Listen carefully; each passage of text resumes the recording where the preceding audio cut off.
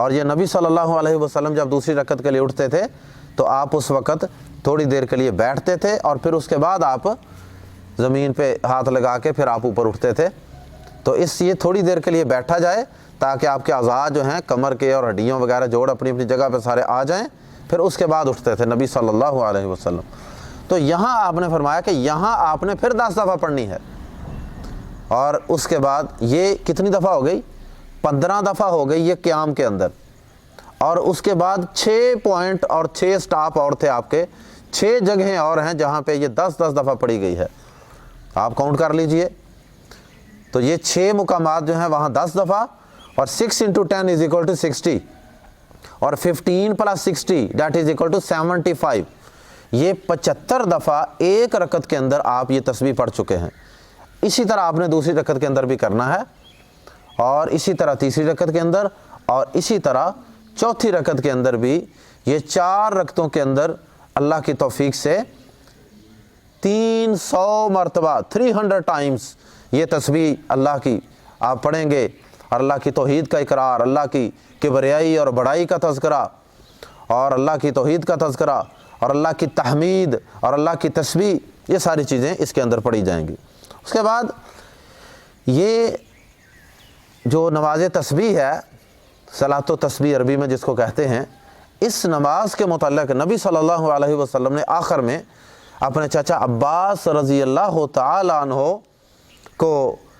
آخر میں ایک اور بات ارشاد فرمائی، اے چچا جان، یہ نماز آپ کے اندر اگر ہمت طاقت ہو تو آپ روزانہ یہ نماز 1 دفعہ ادا کر لیں۔ اب آپ نے وقت کو نہیں بتایا، دن کو ادا کریں یا رات کو ادا کریں، دن میں 1 دفعہ۔ اور یہ جو یوم کا لفظ ہوتا ہے یہ عربی زبان کے اندر دن اور رات دونوں پر بھی بولا جاتا ہے، جو پورے 24 گھنٹے کو بھی یوم کہتے ہیں۔ تو آپ نے فرمایا کہ آپ دن کے اندر 1 دفعہ ادا کر لیں اگر آپ کے اندر ہمت ہے، اور اگر آپ کے اندر اتنی طاقت ہمت نہیں ہے، استطاعت نہیں ہے، کیونکہ یہ نفلی نماز ہے، تو پھر آپ 1 ویک کے اندر آپ اس کو، جسے ہم ہفتہ کہتے ہیں نا اپنی زبان میں، تو حدیث کے اندر اس کے لیے جمعہ کا لفظ ہے، ابھی اس کی میں وضاحت کرتا ہوں۔ تو آپ نے فرمایا کہ 1 ویک کے اندر 1 دفعہ ادا کر لیں، اور اگر آپ کے اندر اس کی بھی طاقت نہیں تو پھر آپ 1 مہینے میں 1 دفعہ ادا کر لیں، اور اگر اس کی بھی طاقت نہیں تو سال میں 1 دفعہ، اور اگر اس کی بھی ہمت نہیں تو اے چچا جان زندگی میں ہی 1 دفعہ ادا کر لیجئے۔ یہ اللہ کے نبی صلی اللہ علیہ وسلم نے اس کو پڑھنے کے حوالے سے اپنے چچا جان کو نصیحت کی۔ اس کے بعد اس نماز کے متعلق 2-3 باتیں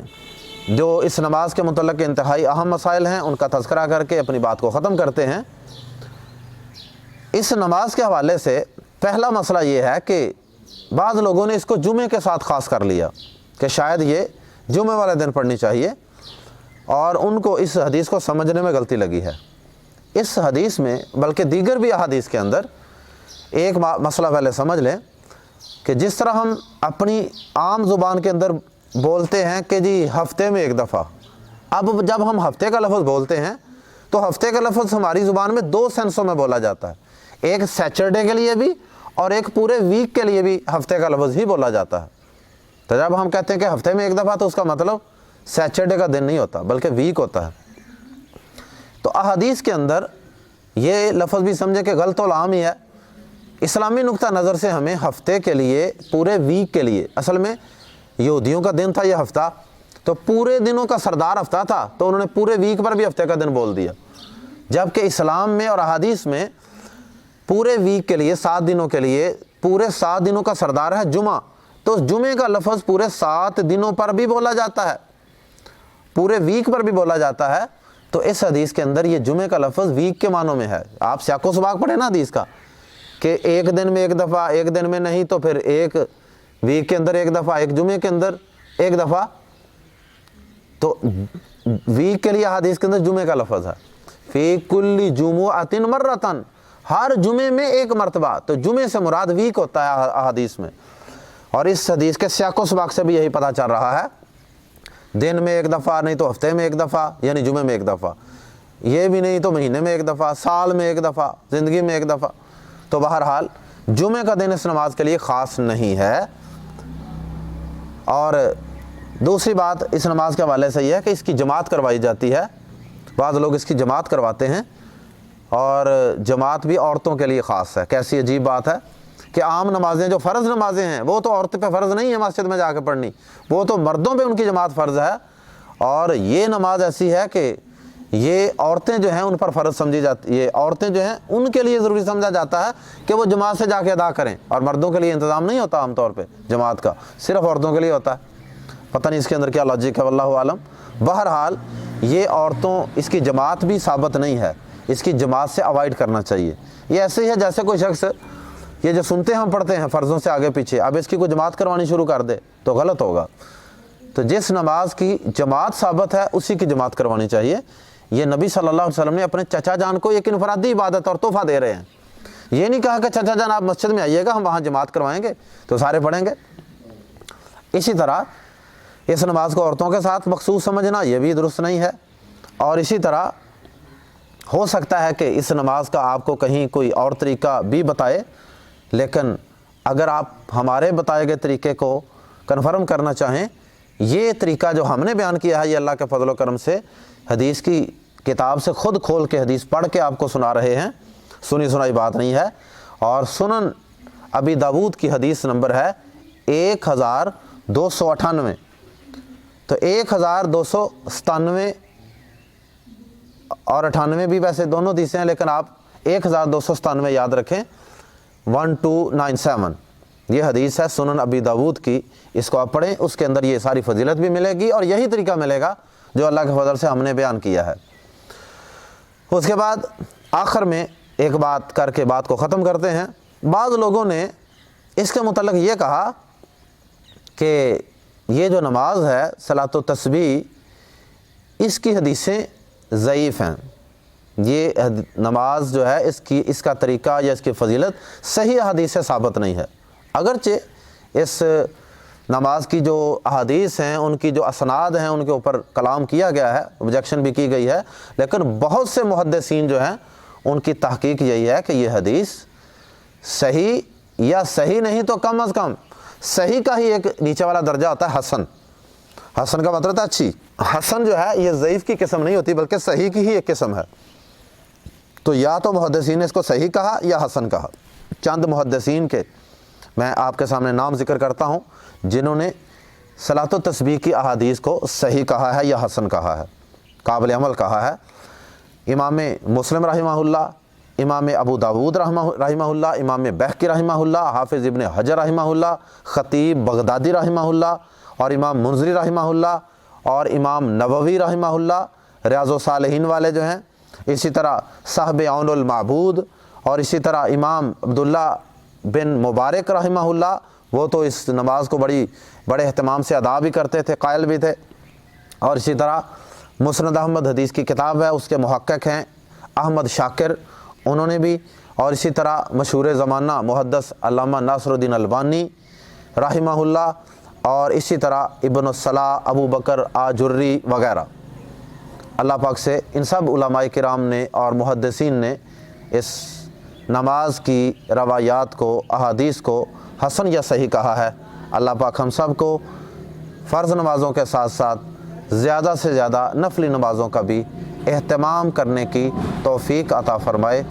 جزاکم اللہ خیر، احسن الجزا۔ رمضان المبارک کا ماہ مبارک ہے، ہمیں اس سے فائدہ اٹھاتے ہوئے اس کی ساعتوں کے اندر، اس کی راتوں کے اندر، اس کے ایام کے اندر اس نماز کو پڑھنے کا اہتمام کرنا چاہیے، جس قدر اللہ توفیق عطا فرمائے۔